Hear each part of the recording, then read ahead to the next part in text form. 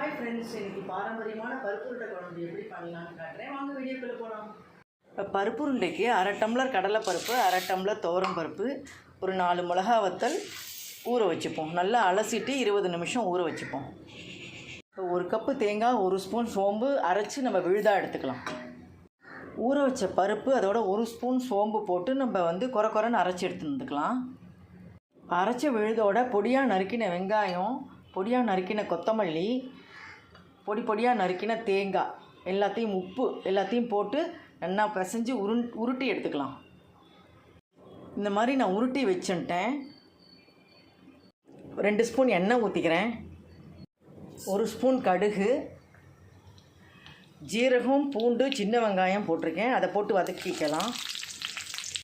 2 தக்காளி எடுத்துட்டுருக்கேன், அதையும் போட்டு வதக்கிக்கலாம். அதோட உப்பு கலந்துருந்தோம், ஈஸியாக வதங்கும். அப்புறம் மஞ்சள் பொடி, காரப்பொடி, சாம்பார் பொடியை போட்டு வதக்கிக்கலாம். இதோட நல்லா வதங்கினோன்னே எலும்பிச்சம்பழம் சைஸ் புளி கரைச்சி வச்சுருக்கேன், அதை நம்ம இதில் ஊற்றிக்கலாம். நல்லா கொதிக்கும் போதே மெதுவாக இந்த உருண்டையை ஒன்றா எடுத்து போடலாம். போட்டோன்னே நம்ம கலரக்கூடாது, அப்படியே விட்டுடணும். போட்டாச்சு, எல்லா உருண்டையும் அதில் போட்டேன். மெதுவாக இப்போ நம்ம அடுத்த பக்கம் திருப்பி விடுவோம். மெதுவாக திருப்பி விடணும். நல்லா கொதிச்சுட்டு இருக்கும்போதே இந்த தேங்காயும் சோம்பும் அரைச்சி வச்சுருந்தோம் இல்லையா, அந்த விழுதை இதில் கொட்டிடலாம். குழம்பு கொதிச்சுட்டு இருக்கு. நம்ம கடைசியாக 1 ஸ்பூன் வெல்லத்தை போட்டுடலாம். சூப்பராக ரெடியாக எடுத்து இதை நம்ம ஒரு பவுலில் ட்ரான்ஸ்ஃபர் பண்ணிட்டுடலாம்.